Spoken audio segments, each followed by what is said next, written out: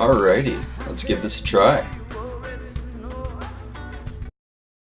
So that background music there was some friends of mine out of Milwaukee, Spare Change Trio, which you can see right there. They're very cool guys, and I thought that'd be a good place to start. So what we're hoping to do today is to do a little walkthrough of a brand new tune, which is Saturday in the Park by Chicago, which you can see here. Full disclosure, I've listened to the tune a couple times before this, but that is all I have really done. I have not really looked at the music, other than literally as I was prepping for this just now before I switched over to the video. So yeah, I have no idea really what I'm getting in for, and it's a total blank slate. So to start off, I'm going to just try to remove the camera and show you my setup because I'm going to get questions otherwise. And hopefully I can get the camera back where it was before. So I'm using my HX Stomp, which you can kind of see right over here with my pedal board. That is what is running this whole setup with the bass sound and all that good stuff. That's going directly into OBS, Open Broadcaster Software, which is right over here. And oh boy, here we go. Camera going all over the place. So yeah, that's how we're running things here. I've got my GNL L5500 bass direct into the Helix, and that's the audio that you're going to hear in a moment.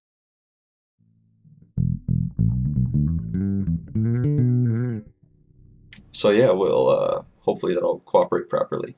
I'm using push to talk because OBS didn't want me to do anything other than that, so yeah, whenever you hear me talking, I have to reach to the keyboard. I guess the first thing I'm gonna do here is play the song and kind of stop here and there while looking at the music. Normally in a gigging situation you don't have the chance to listen to the song first, so this is something that you can really only do outside of a gigging situation. If you're just handed the music and you have to play, well, you don't have a chance to listen through. And also making sure that the audio works here. That's usually nice, you know.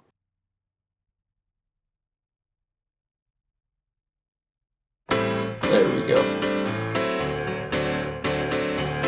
So here's our 3-bar intro. And we just heard the bass coming in right here.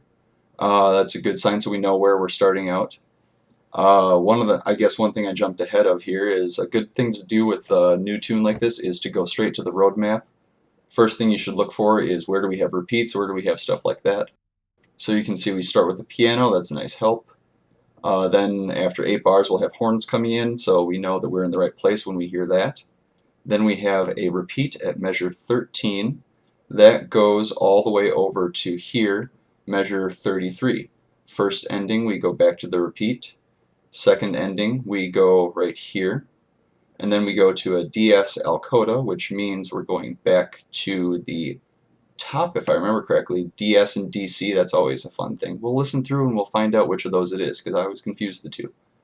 But once we go through that again, we get to right here, we jump to the Coda, and we just have 2 lines. So let's see what happens. We just got to the bass part. For those of you who are newer to reading sheet music, it gets interesting when you're up above the octave here. One trick that I like to do, especially when you're trying to do a song rather quickly and you don't have time to really learn it in any other position, is whenever you're up in the upper ledger lines like this, just play up past the octave point on your neck, because then it's a little easier to remember. This first note is an E flat to an E to a G, so I know that I can play my normal E flat here. That's 2 frets past the octave. That's the same note as your 2nd fret. Down here, just up an octave. So that makes it a little easier versus trying to play something in this middle kind of gray area.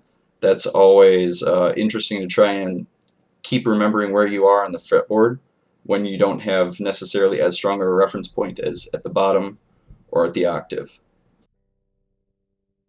So our first couple notes, E flat, E, G, A, G.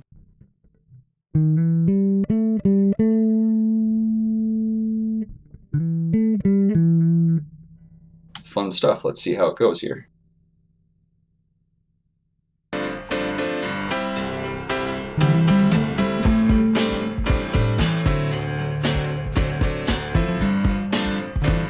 It's a fun little passage there, isn't it? Let's do a couple quick notes here to see how we can do.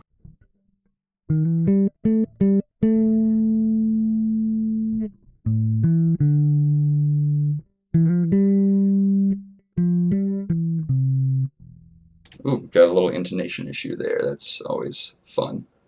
But yeah, if you stay everything above the octave, at least for your first starting point, that's a little easier to try and keep track of where you're going. Luckily, we aren't up in this point for too terribly long, so let's see if we can play that along with them, and then we'll jump ahead to something that's a little easier to read.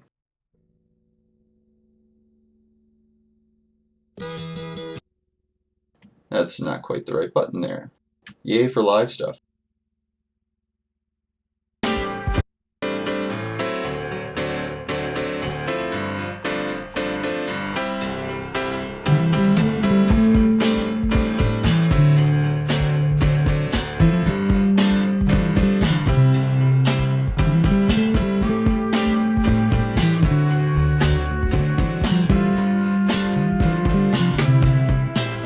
Something like that. So it's good that we're all lining up through there. These passages are pretty similar to each other. When they were playing it live, it was basically just he had an idea in his head and probably just improvised around it. That's why the passages are slightly different.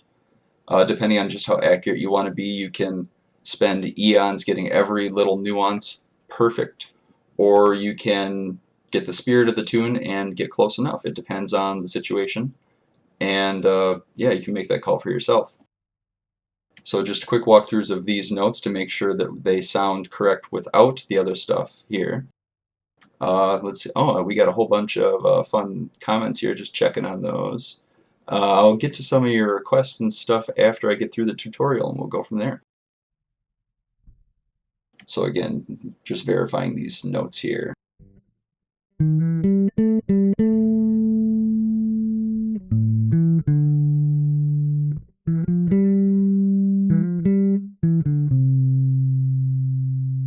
That's going to bug me with that intonation, but for starters, I know that that's the correct note, so that's what I'm going to learn first, and then we can do alternate fingerings and stuff after that.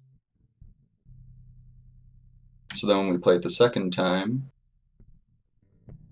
oh, that's interesting. You can see he does a flat 5 here. Since we're in A, the E flat here is a flat 5 the first time through, but then he plays the 4, which is the D, the second time through. So that's a nice little difference between the two. And again, it shows you that they just hit this in one take and they didn't do something absolutely written out perfect. This is just a transcription of them playing along.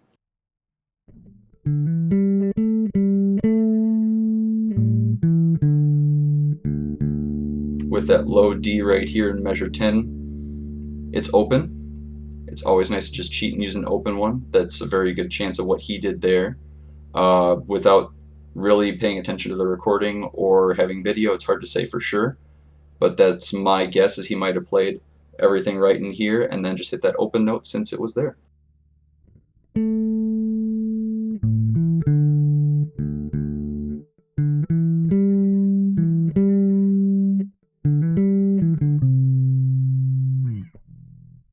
That's a fun little rhythm.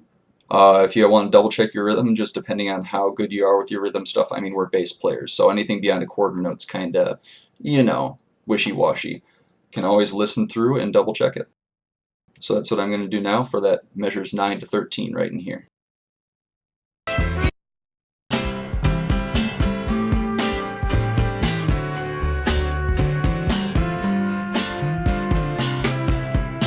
Ah, that's a fun one.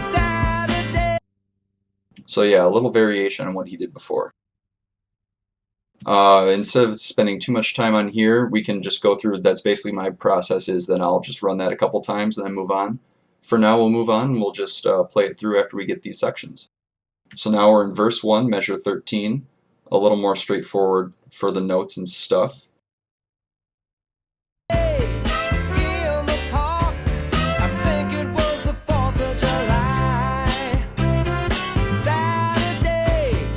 Whoops.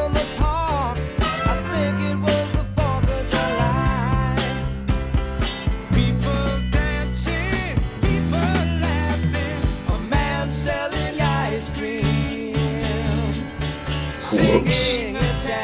That's what you get for not really listening closely to the song beforehand, because that's a fun little rhythm there. So to count those, really good thing to do, especially when sight reading, is to try and divide the measure into chunks, which I didn't do a great job of there.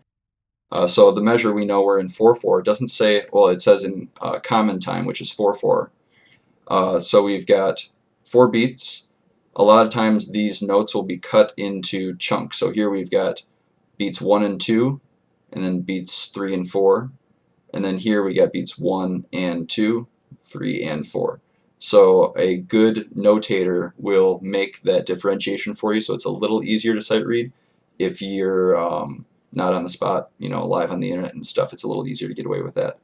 But yeah, so this notation makes it a little clearer to see, okay, here's the first half of the measure, here's the second half of the measure.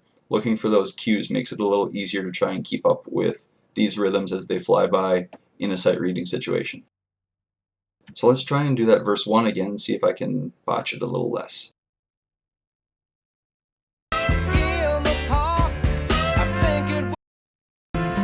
There we go.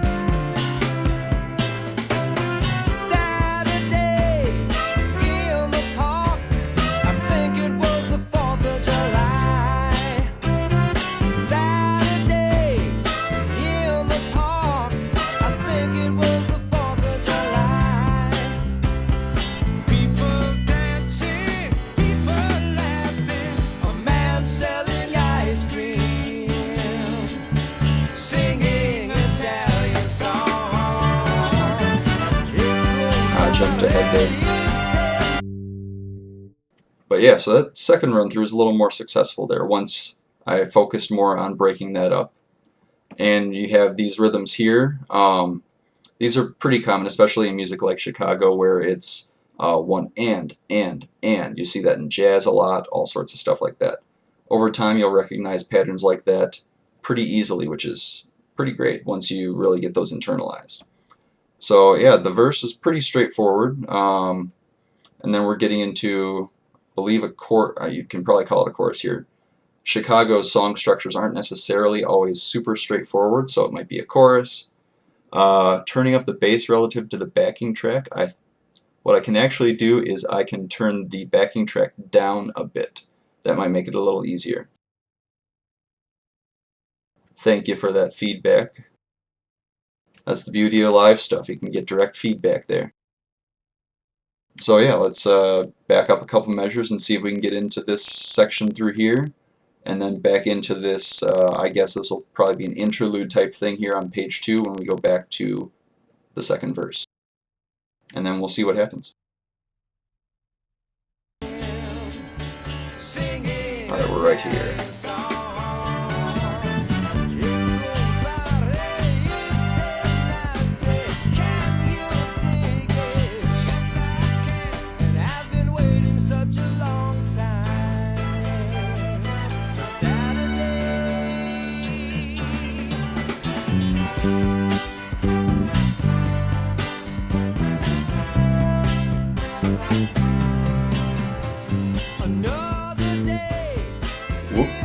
Jumped ahead there.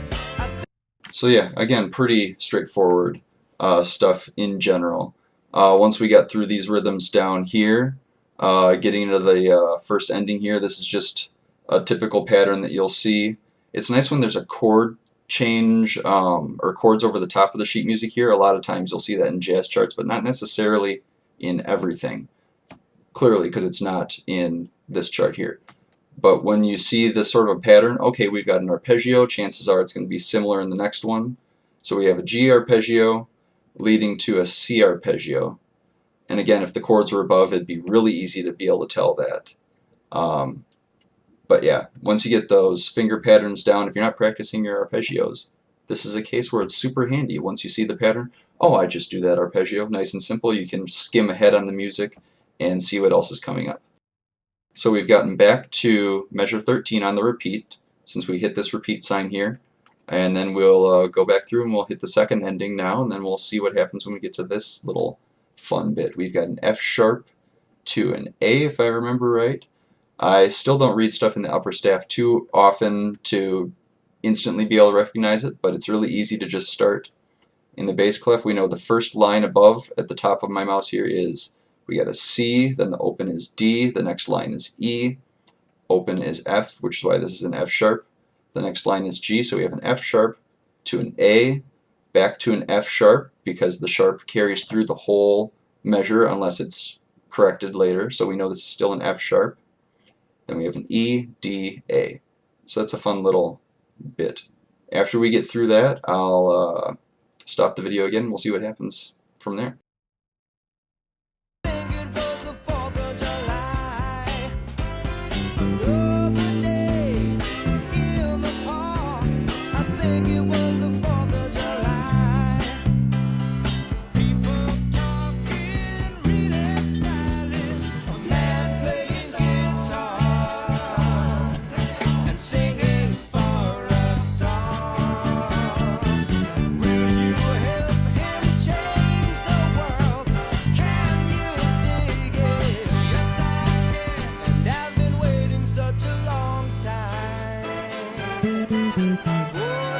Whoa, not quite.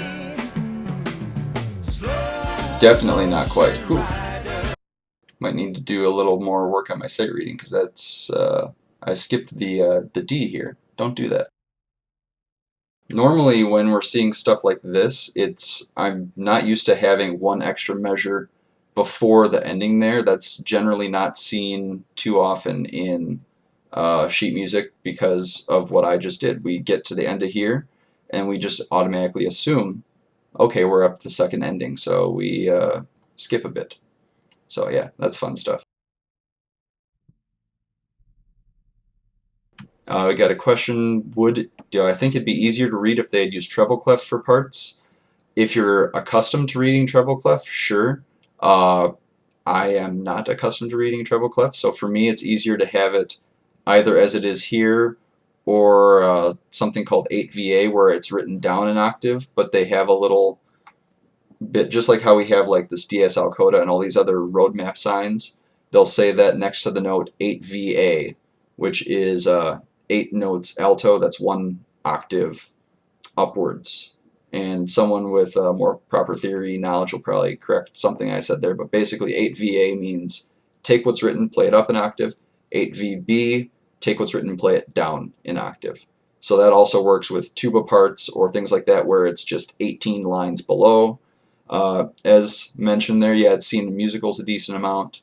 But I don't think it's too bad here. If it was much beyond where we have for these ranges, then it can get pretty gross, and I'd prefer to see either treble clef, or for me who is worthless at reading treble clef, the 8VA stuff is helpful. But yeah, so let's just, before going back with the music here, do a quick walkthrough to get the fingering down for this stuff. If you are paying attention, you may have noticed that for some of these open strings, like for this D section here at measure 24, and also for this A here at measure, would that be like 31? I was closing the note. I was using my hand to play the A on the E string here, or the D on the A string here. And I like doing that. One, for tonality, it matches the other fretted notes, versus an open string can have a slightly different timbre. But in this case, when going up to this high passage, it's nice to just use the open notes. Let them give you a chance to move your hand up and avoid an awkward fast shift. So just doing a quick walkthrough, I'm going to play these couple measures, then I'm just going to noodle around with this second ending here. And I talk you through it as I'm doing it, but I can't hold the push to talk while playing, so huzzah!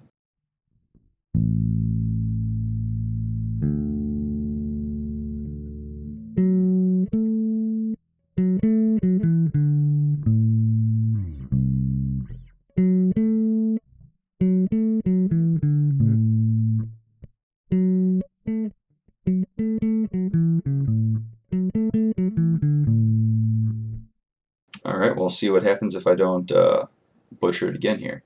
What was the question here? Oh, 8VA, basically it's an old abbreviation for octave. Makes sense. Yeah, and then 8VB could, oh, who knows? I mean, the way things evolve, it can be all over the place. Just people know things and it's passed down verbally and there's not really a formal backing for it, or there could be some lovely, gorgeous Latin phrase that says, oh, that's exactly what it is. Either is very likely, either is very possible, and either has happened before. That's the beauty of archaic forms of communication that are written down, but no one writes down how they wrote it down, I guess, if that makes sense. So yeah, there's some little intricacies and quirks like that in all sorts of written communication. Alright, off of that tangent, let's see if we can get through this section and we get to this kind of bridgey bit in C. Such a long time for today. Yeah, I missed it there. Gotta back up further. Will you help him change the world? Can you dig it? Yes, I can. And I've been waiting such a long time for today. Slow. Yeah, it's a little funky. Might be a little bit of different stuff going on in the background versus here. It might just be my ears screwing with me. You never know.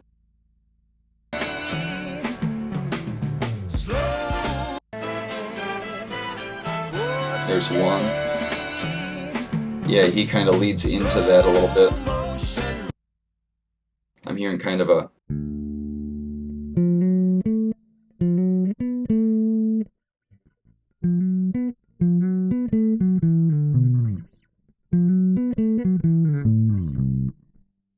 Yeah, it's not all quite there, but yeah, he's got a lead in before this.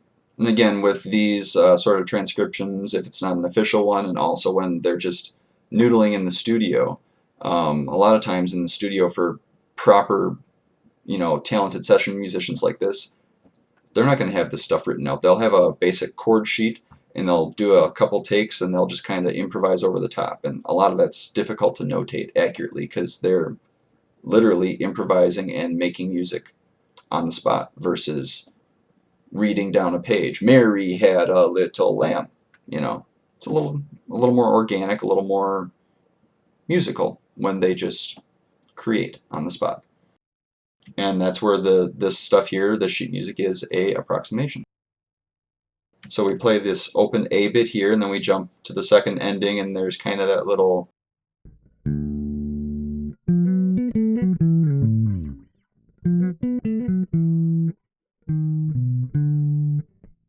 Yeah, somewhere in there.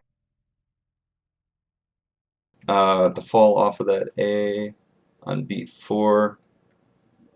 But yeah, that's a good point. If they wanted to truly notate that stuff, there's ways they can do that. Just like where these ties are, you can also use a similar symbol to that tie to notate the fall off for that sort of stuff. Alright, let's see what this C bridge section here sounds like.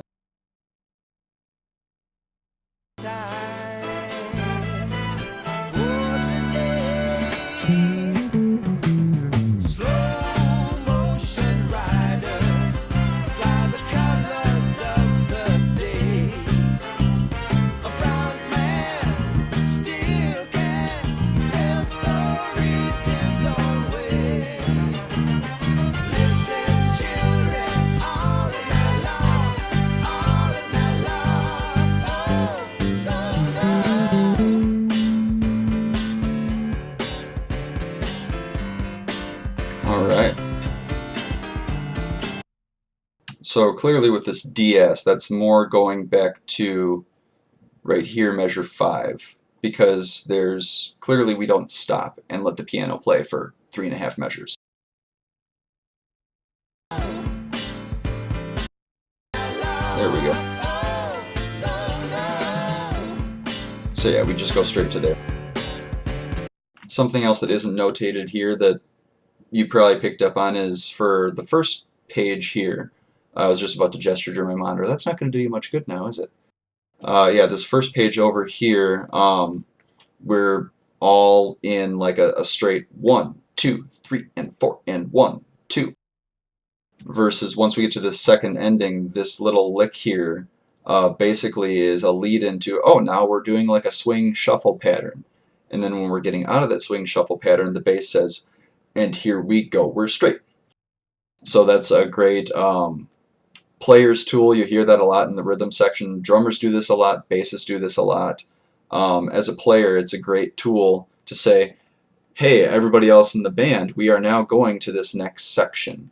Same way that a drum fill after 8/16 bars, what have you, they do a little fill, you know, da-da-da-da-da, here's the top of the phrase. That's where these are coming in handy too. The bass goes, da-da-da-da, we're shuffling now. And then to get out of the section, and now we're back to straight time. So that's where these are coming in. It's not notated here, but you can use your ears to tell what's going on there. So let's see what happens for the end of the song. We'll just try to play through and jump to this coda section after that. One note about music, formally, if you want to completely play by the rules and do everything by the book, once you go back to the top from this DS here, repeats are essentially, I wouldn't say they're null and void, but they're typically not good. Whenever you hit a repeat, you go to the second ending every time. If it's supposed to be otherwise, it will say so. Repeats are good after, you know, DS or something like that. There will be a note in the music generally saying repeat is good. But typically, if it doesn't say so, the formal assumption is you go straight to the second ending.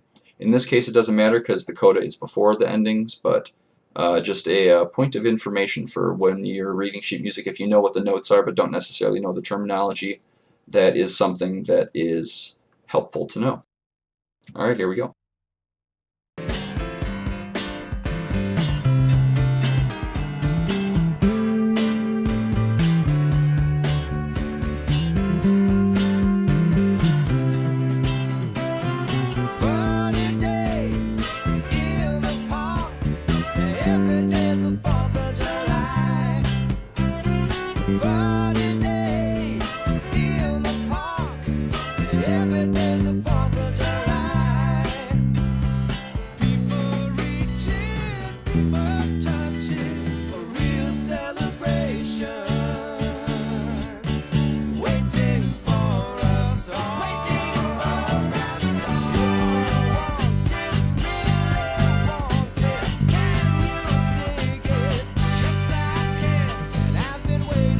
Here's the coda.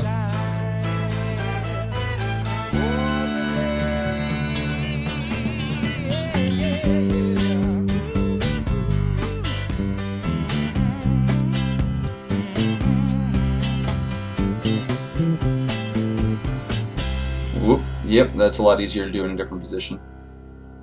But yeah, we got through without any horrendous train wrecks. Yay! So, I'm going to take a quick break and grab some water, and I'll be back in 30 seconds after also checking on the dog, and then we'll have a couple other notes and then try to run the whole thing.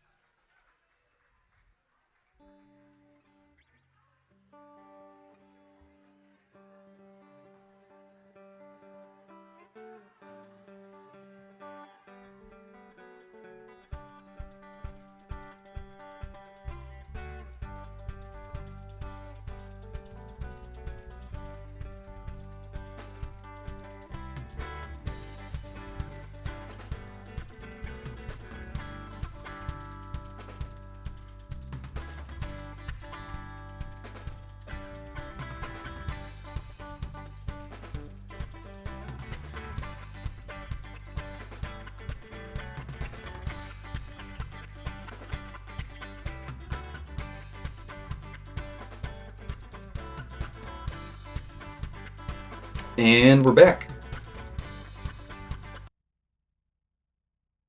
So yeah, hydration is important. Don't forget to drink some water.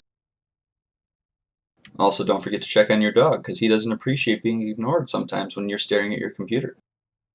So yeah, other notes, if you didn't pick up on it, you might have, but I had a couple spots in here after we went back to the top.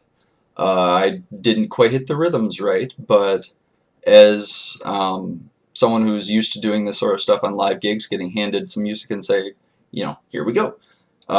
What I generally try to do is just plow through, kind of fake it until you can get back to beat one. If you lose your spot, again, try to fake it, listen, try to play something that at least sounds reasonably in the correct key, and just try to get back on, because you generally can't just stop because it doesn't go well. Having something that sounds a little off doesn't sound great, but it's a lot better than everything just coming to a screeching halt. So another top tip there. If you can, obviously it's preferred to stay on the music correctly, but if you get off, don't just completely lay out, because that can also be bad. Alright, let's go to the top and see what happens going straight down.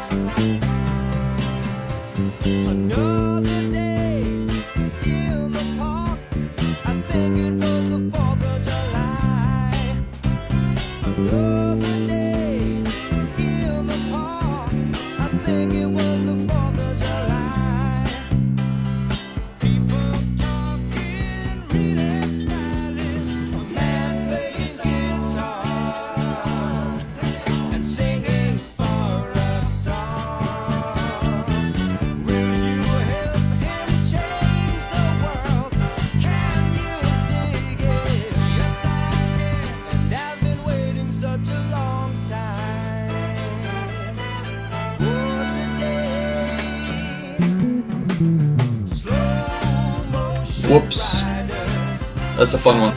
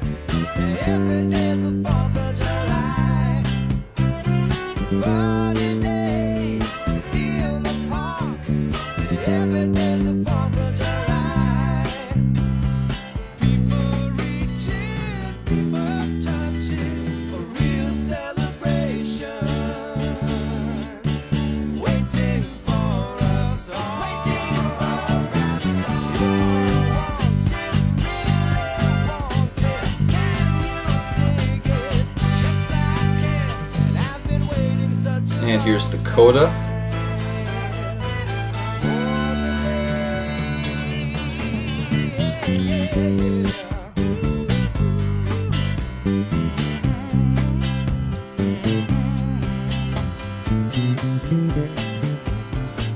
Whoop, should have done that before the playthrough. Ah well. But yeah, made it through without any major hiccups, which is good. Yay! So doing that other end section here, I guess, the thing that makes that tricky is you can do most of this song in the first position, which, well, I guess it's maybe not formally the first position, but in these, open through 5th frets or so. You don't have to do any real shifting to get to those. But in that coda bit there, you have to go up to this E. Unless you have a 6-string bass, you can't do that in the first position. So that would probably be easier to do with your first finger on the G here on the D string and playing that whole passage up until you get to somewhere in here. Let's play around.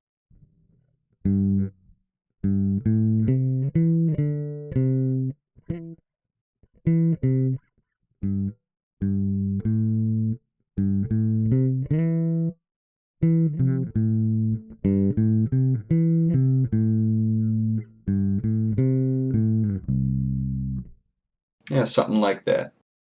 Couple shifts here and there. Can always cheat with that open G.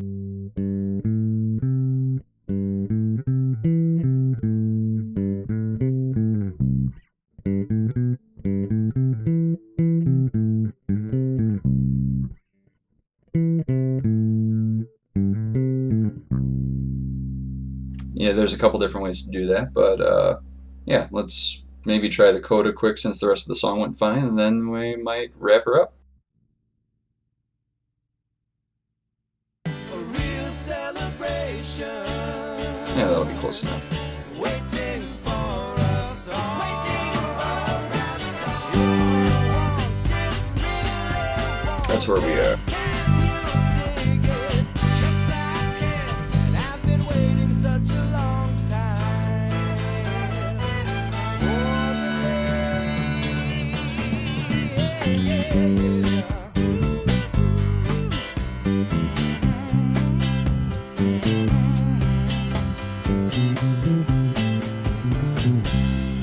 Whew, yep, that's one to just run a couple more times. But yeah, that's what it takes. Find some passages, find the stuff that's straightforward, run that a little bit, and spend most of your time on the tricky stuff. Not just in isolation, but also, just like that, in context.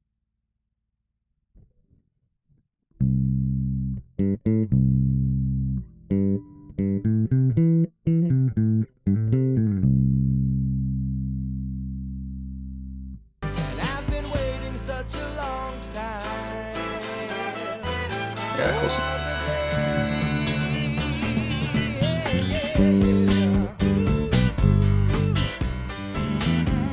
I keep messing that up. Yeah, I'm going to try that whole coda again, because I'm missing this rhythm up here.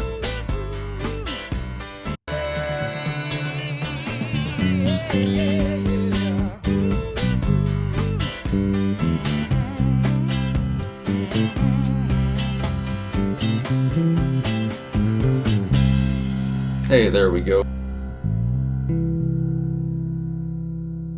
But yeah, that's basically how I approach a tune.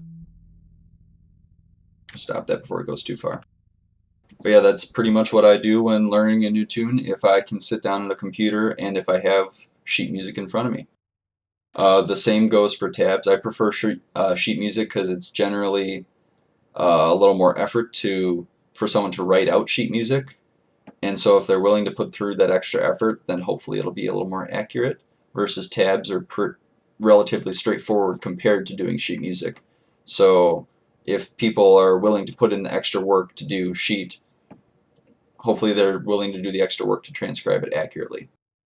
If I'm trying to transcribe myself and write out sheet music, or just to learn a song like this is the exact same process I go through. I just don't have the convenience of having sheet music right in front of me. So that's more playing the song like we have over here on YouTube, Spotify, whatever source you have, and sitting down and noodling around. Like at the start here, maybe I would have.